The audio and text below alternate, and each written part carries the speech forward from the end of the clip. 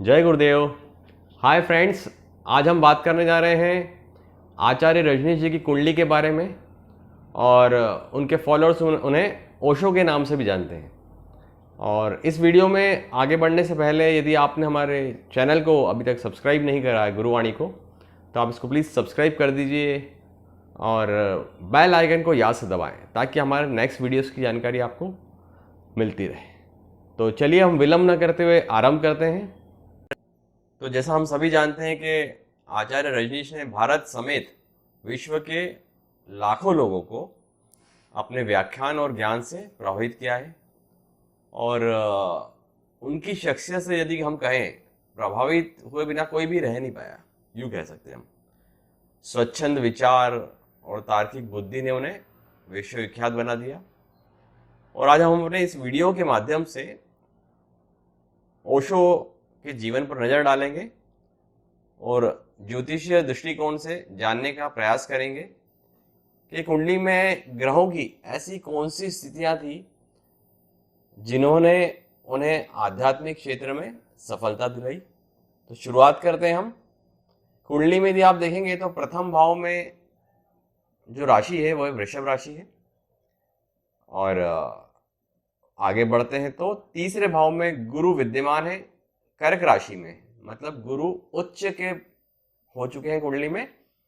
और गुरु जो ग्रह है वो विजडम का ग्रह है, बुद्धिमानी का ग्रह है, ज्ञान का कारक है ना। तो वो उच्च का है और वो तीसरे भाव कम्युनिकेशन की राशि में स्थान पर बैठा है और वक्री है, मतलब वो सेकंड हाउस वाणी के स्थान पर भी प्रभाव है उसका।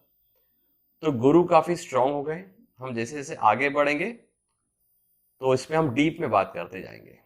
फिर हम आगे बढ़ते हैं तो केतु ग्रह जो है पंचम भाव में कन्या राशि में विराजमान है। सूर्य ग्रह जो है वो सप्तम भाव में है, वृश्चिक राशि में विराजमान है। और अष्टम भाव, उसमें 5 ग्रह विद्यमान है। चंद्रमा, मंगल, बुध, शुक्र, शुक्र मीन्स लग्नेश, इस कुंडली का लग्नेश है शुक्र, वो अष्टम भाव में बैठे हैं। और शनि, ये सारे ग्रह जो हैं अष्टम भाव में धनु राशि में विराजमान है। और आखिरी जो ग्रह बच रहा है 9 ग्रह में, राहु ग्रह जो है वो 11वें स्थान पर मीन राशि में विराजमान है। इट मीन्स ये जो ग्रहों की अवस्था है इसको हम एक एक करके कहते हैं डिकोड करने का प्रयास करेंगे। तो शुरुआत करते हैं हम। लग्न में जो राशि है वृषभ राशि है और जिसका मालिक जो है शुक्र होता है। और वो अष्टम भाव में शनि, मंगल, बुध और चंद्रमा के साथ विराजमान है। इट मीन्स यहाँ पर अष्टम भाव में 5 ग्रहों की युति हो रही है। और ऐसा कहते हैं 5 ग्रहों की युति खासकर अष्टम भाव में यदि हो जाए तो वो एक प्रबल राजयोग, धन योग या विश्वविख्यात योग बनाती है। और एक और कुंडली मेरे दिमाग में आ रही है, अमिताभ जी की कुंडली में भी 5 ग्रह, शायद 5 या 4 ऐसा कुछ 5 ग्रह विद्यमान है अष्टम भाव में। तो आप सभी जानते हैं कि वो कितने सफल व्यक्ति हैं। तो यहाँ पर हम बात करते हैं तो अष्टम भाव में जो 5 ग्रहों की युति बता रही है कि ओशो जी का जो व्यक्तित्व है वो बहुआयामी था। और उन्होंने संन्यास तो ग्रहण किया ही था, लेकिन उसके साथ साथ यह संदेश भी दिया था कि आपको यदि संन्यास भी लेना है तो उसके लिए आपको जंगलों में जाने की आवश्यकता नहीं है, या दुनिया से दूर रहकर भी आप मतलब आप सन्यासी साथ में हो सकते हैं। जीवन इसी उसमें दुनिया के साथ रहकर भी आपको दुनिया से दूर जाने की जरूरत नहीं है, आप उन्हीं के बीच में रह के भी सन्यास को धारण कर सकते हैं। और ये जो 5 ग्रहों की युति है इसको ज्योतिष विज्ञान में कहते हैं प्रवज राजयोग, इसका नाम दिया है। तो जब भी व्यक्ति की जन्म कुंडली में 4 या 4 से अधिक ग्रहों की युति होती है तो उसे प्रवज राजयोग कहा जाता है, जो कि एक प्रबल राजयोग बनता है। और यहाँ पर आचार्य रजनीश जी की कुंडली में यह ग्रह स्थिति है। तो यह योग को यदि हम बात करें तो संन्यास योग की तरह ये एक प्रबल योग है। और ओशो जी ने अपना जो जीवन है वो सन्यासी होकर बिताया है और वो भी आम लोगों के बीच में बिताया है।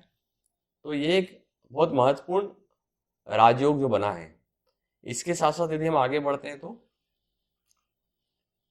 तीसरे भाव में जो गुरु विद्यमान है, अब हम उस पर चर्चा करते हैं कि गुरु उच्च के हैं, मतलब गुरु उच्च के यदि आप किसी भी कुंडली में यदि आप देख रहे हैं तो वो जातक पढ़ा लिखा हो या ना हो, गुरु ये विद्यमान ये बता रहे हैं कि मतलब वो जातक में इनहेरिटेंस बाय बर्थ उसमें गुरु वाली क्वालिटी, लीडरशिप वाली क्वालिटी, वो टीचरशिप वाली क्वालिटी, अपने ज्ञान से वो लोगों को उसका उद्धार करेगा।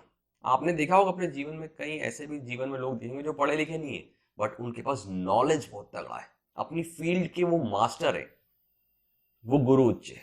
कुंडली में यदि गुरु उच्च का दिख जाए तो मतलब एक बहुत अच्छा अवस्था रहती गुरु, क्योंकि सब में शुभ ग्रहों में सारे जो शुभ ग्रह हैं उसमें गुरु सब में पावरफुल ग्रह है और वो उच्च का हो गया, ये तो बहुत अच्छी बात है।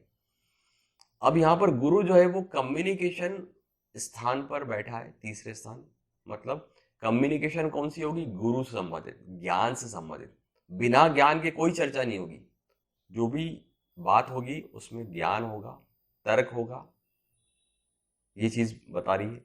और साथ साथ वो वक्री हो गया है, वक्री हो गया मतलब वो सेकंड हाउस वाणी के स्थान पर भी पहुंच गया है, तो वाणी को भी उसने प्रभावित करा है, मतलब गुरु वाली जो हमने क्वालिटी बात करी। तो और यहाँ पर गुरु जो देखें हम तो अष्टम स्थान के मालिक होकर तीसरे स्थान पर बैठे हैं और वक्रीय भी हैं, मतलब जो बातें होगी वो किससे संबंधित होगी, अष्टम स्थान संबंधित। अष्टम स्थान में क्या आता है, पराविज्ञान, गुण विज्ञान, रहस्यमय विज्ञान, सेक्स, और आध्यात्म की यदि हम बात करें तो मेडिटेशन की बात करें तो आचार्य रजनीश जी ने इन सभी विषयों पे एक अलग ही उन्होंने एक व्याख्या की है और ध्यान को लेके उन्होंने कई विधियां डिस्कवर करी, खुद खोजी है। और सेक्स को लेके यदि उनकी बात करें तो उनका एक जो किताब मेरे को ध्यान में आ रही है, संभोग से समाधि, तो वो भी काफी चर्चित रही है। तो 8th हाउस से संबंधित सारी चीजों पे आप देखोगे उन्होंने लिखा भी है, कम्युनिकेशन भी करा है, बोला भी है, एक अच्छे प्रवक्ता रहे वो, तो गुरु वाली क्वालिटी रही है। फिर हम आगे बढ़ते हैं तो पंचम भाव, पंचम भाव में केतु विद्यमान है।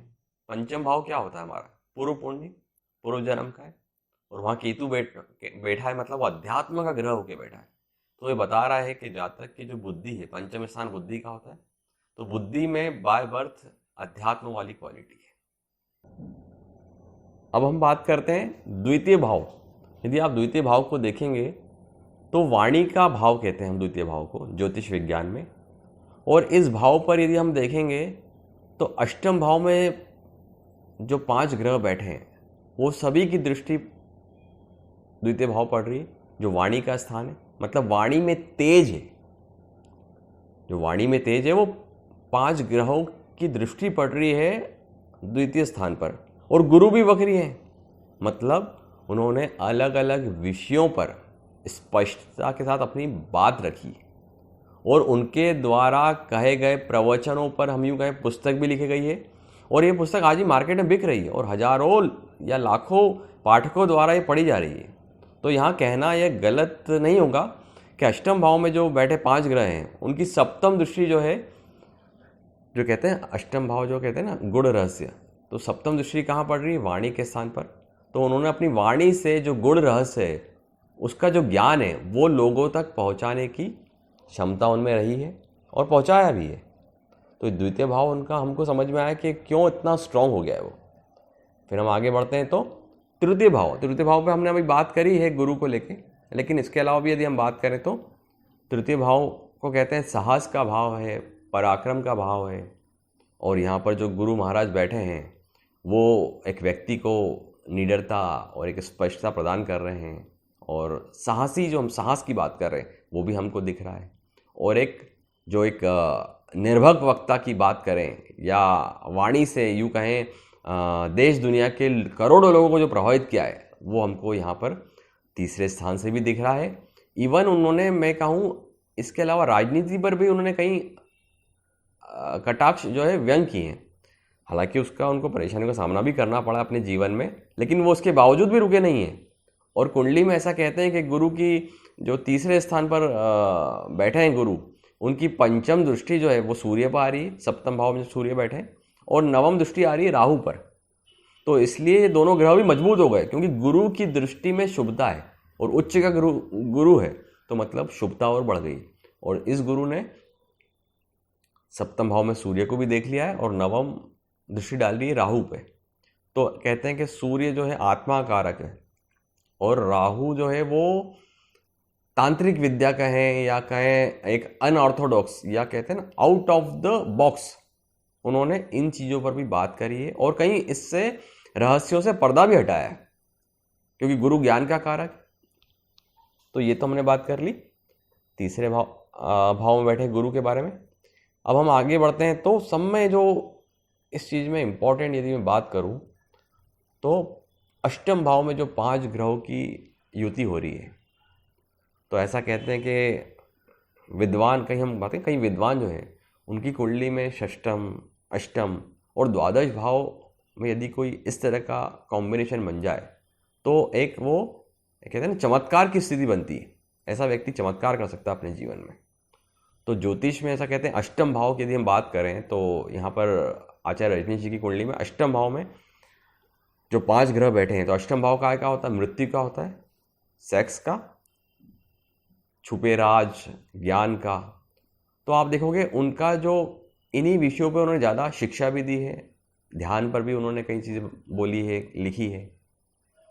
और अष्टम भाव में जो ग्रह स्थित हैं उन्होंने एक गुण रहस्य को खोलने के लिए उनको आतुर कर दिया था। तो आप देखो उनका जो ध्यान का जो लेवल है, जो ध्यान का सिखाने का तरीका बिल्कुल अलग रहा है, बिल्कुल अलग, लीक से हटकर। और अष्टम भाव में जो 5 ग्रह बैठे हैं, मतलब पिछले बर्थ का कहते हैं ना जो कर्मा पेंडिंग है वो अष्टम भाव से उन्होंने उसको पूरा करा है। और अष्टम भाव कहते हैं मृत्यु का भी कारक है, तो उनकी जो मृत्यु रही है वो भी एक रहस्यमय रही है। वो क्लियर नहीं हो पाया कि वो हार्ट अटैक से गए थे कि किसी ने उनको पॉइजन पिलाया था, आई डोंट नो एग्जैक्टली। तो यहाँ पर एक रहस्यमय रहा है जिसका पर्दा अभी तक ओपन नहीं हो पाया।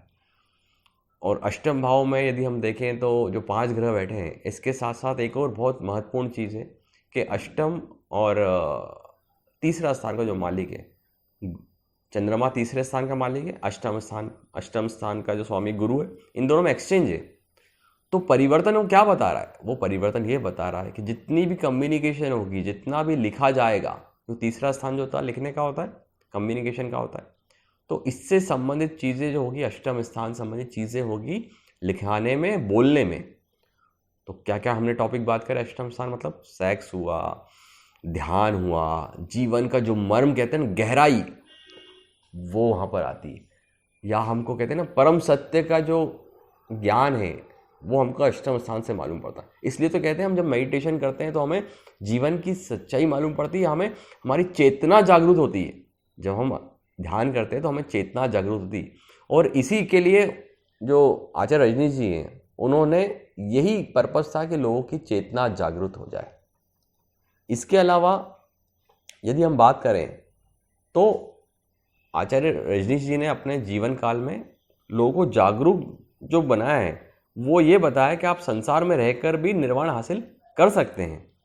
जैसे कि बात करें तो बुद्ध हुए, कृष्ण, महावीर, नानक, ईसा मसीह, पैगंबर, इन्होंने भी जो शिक्षाएं दी थी उनको आचार्य रजनीश जी ने एक अलग तरीके से लोगों के समक्ष रखा है। और उनका मानना था कि इंसानियत का विकास है वो तभी होगा जब जो जातक है, जो मानव है, उसके अंदर चेतना जागृत हो जाएगी, तब होगा विकास। क्योंकि शास्त्रों को पढ़ने से ज्ञान प्राप्त नहीं होगा, उन्होंने कहा, बल्कि ज्ञान प्राप्त करना है तो उसके लिए स्वयं को सत्य का अनुभव करना होगा। तो इसके लिए उन्होंने आज भी जो समाज है उसमें कई किताब उन्होंने जो लिखी है उसके माध्यम से लोग उस चीज़ को समझ पा रहे हैं आज। तो ये जो हमने आज कुंडली को विश्लेषण करा है, वो समझा है, जो जाना है, वो यही जाना है कि इस कुंडली जो है काफ़ी अद्भुत हो गई है। क्योंकि जो अष्टम भाव में जो 5 ग्रह बैठ गए हैं, जो प्रवज राजयोग बन गया है, और गुरु का उच्च होना, तीसरे स्थान, द्वितीय स्थान से संबंध होना, वक्रीय होना वो हमें यही बताता है कि ज्ञान को लेके जो उनका इंटरेस्ट था या उन्होंने लोगों तक पहुंचाया भी, सिर्फ ज्ञान अर्जित नहीं करा, लोगों तक शेयर भी करा है। जो गुरु वाली क्वालिटी थी वो हमको कुंडली के माध्यम से स्पष्ट दिख रही है। तो फ्रेंड्स, आज हमने बात करी आचार्य रजनी जी की कुंडली के बारे में, और मैं आशा करता हूं कि आपको मेरा आज का वीडियो पसंद आया होगा, और यदि आया तो उसको लाइक करें, चैनल को सब्सक्राइब करें और बेल आइकन को याद से दबाएं ताकि आपको मेरे नेक्स्ट वीडियोस की जानकारी मिलती रहे। जय गुरुदेव।